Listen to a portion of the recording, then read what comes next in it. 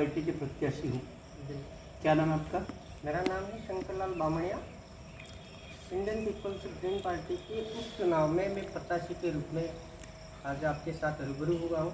मैं आपके चैनल के माध्यम से सभी 84 की जनता को आपको सभी को शुभकामना देना चाहता हूँ।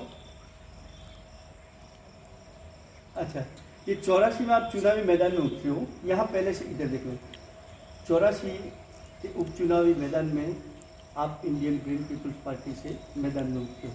आपके सामने 3 पार्टियाँ, 2 राष्ट्रीय पार्टियाँ और एक क्षेत्रीय पार्टी है, बीजेपी के नाम से, और भारतीय जनता पार्टी और कांग्रेस। ये तीनों पार्टियाँ हैं जो अपनी मजबूत पकड़ क्षेत्र में रखती हैं। अब आप चौथी पार्टी में इंडियन ग्रीन पीपल्स पार्टी के अंदर से प्रत्याशी के रूप में, तो आप इन 3 पार्टियों को कंपटीशन दे के किस प्रकार से आप अपनी जीत को लेकर आश्वस्त हैं? देखो, भाई कांग्रेस भी है और बीजेपी भी है और क्षेत्र पार्टी भारत आदिवासी पार्टी।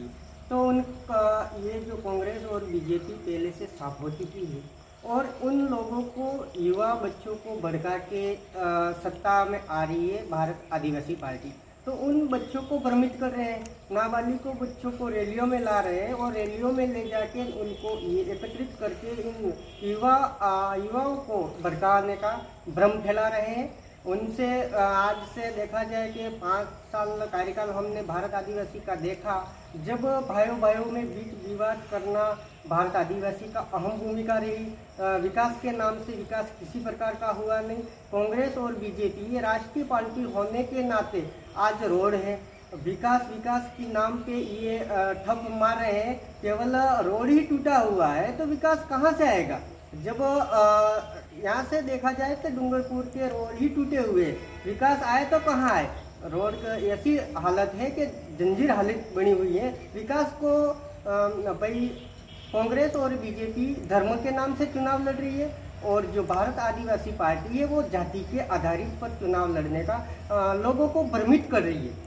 मेरा तो ये कहना कि आदिवासी को मेरे साथ मिलके हम नया राजस्थान बनाने की कोशिश में चल रहे हैं और स्वराज राज्य ग्रीन जैसे बारिश के दिन में हरा भरा हो जाता है, उसी प्रकार में हरा भरा इस 84 को देखना चाहता हूँ। कई मुद्दों को लेके हम इस मैदान में उतरे हैं। आज जहाँ भी देखा जा रही है कांग्रेस और बीजेपी और भारत आदिवासी पार्टी जहाँ मीटिंगें हो रही है, वहाँ 10 से 20 लोग भी इकट्ठे नहीं हो रहे, क्योंकि उनको पता है कि नई पार्टी आई है और पार्टी नई विचारों के साथ आई है और युवाओं को आगे बढ़ने का लक्ष्य तक हम पहुँचाएंगे।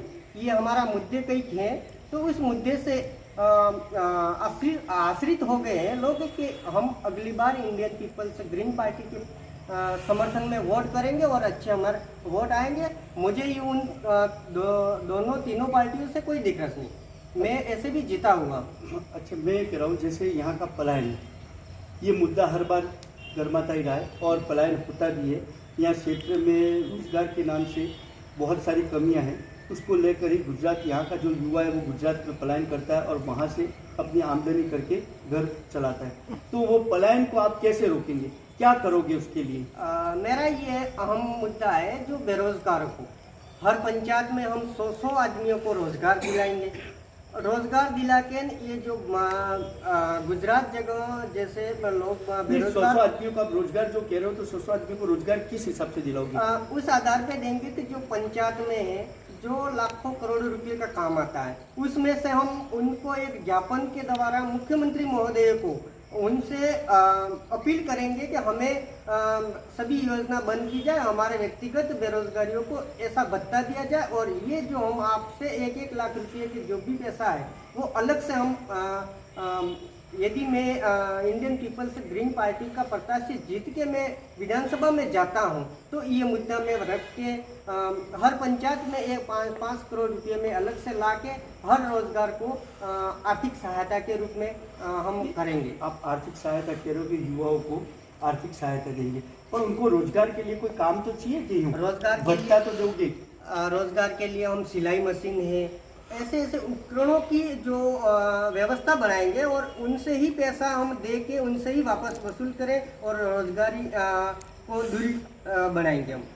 और जैसे ये अभी है कि आदिवासी के जब चुनाव आते हैं तो भारत आदिवासी के जो लीडर नेता हैं वो गुजरात में उनको मिलने के लिए जाते 5 साल में एक बार जब चुनाव आते हैं, हम हमारा भाई हैं, हम मिलने के लिए जा रहे हैं, ये भड़काऊ है। कहाँ जाओ ने, आपने 10 साल तक नहीं देखा, 5 साल तक नहीं, जब कोई मर जाता है उस समय ये समस्या आप कभी तक उजागर नहीं की, और जब उनके वोट लेने के लिए होता है तो भ्रमित करते हैं कि हम आदिवासी एक आदिवासी हैं, हम सब आदिवासी हैं, इस क्षेत्र के रहने वाले हैं, और कोई सब आदिवासी और सभी जातियों से मुझे तो ये 84 की जनता के सभी एसटी, एससी, ओबीसी और माइनॉरिटी सब जाति अपन सब मिलके इस इंडियन पीपल्स ग्रीन पार्टी से मेरी ओर से भी अपील है कि मुझे मेरा चुनाव चिन्ह हांडी है, और ये जो पार्टी है कांग्रेस, बीजेपी और भारत आदिवासी, ये सब डांडा डांडी है। अच्छा, किसानों के लिए क्या करोगे? जैसे यहाँ पानी की कमी है और इस गर्मियों में भी देखा गया कि यहाँ तपती गर्मी के अंदर पानी की काफ़ी समस्या आई, आमजन को पीने के पानी की भी बहुत समस्या आई, और तो फिर कृषि की तो बात ही दूर गई। तो कृषि और आमजन के पीने के पानी हो, कृषि के लिए पानी हो, उसको किस प्रकार से आप करोगे? यदि इस 84 में सब किसान भाई हैं, मेरे किसान भाइयों से अपील है कि जो कडाना बैक वाटर जो गुजरात में बांधा हुआ है, हमारा जो क्षेत्रफल है, जो डूंगरपुर आधा पानी से भरा हुआ है, डूबा हुआ, तो उस पानी को हम इस क्षेत्र में पूरी तरह घुमाएंगे, और नल फिटिंग वगैरह सब ये कडाना का पानी में यहाँ तक पूरी 84 में ले जाने की कोशिश करूँगा।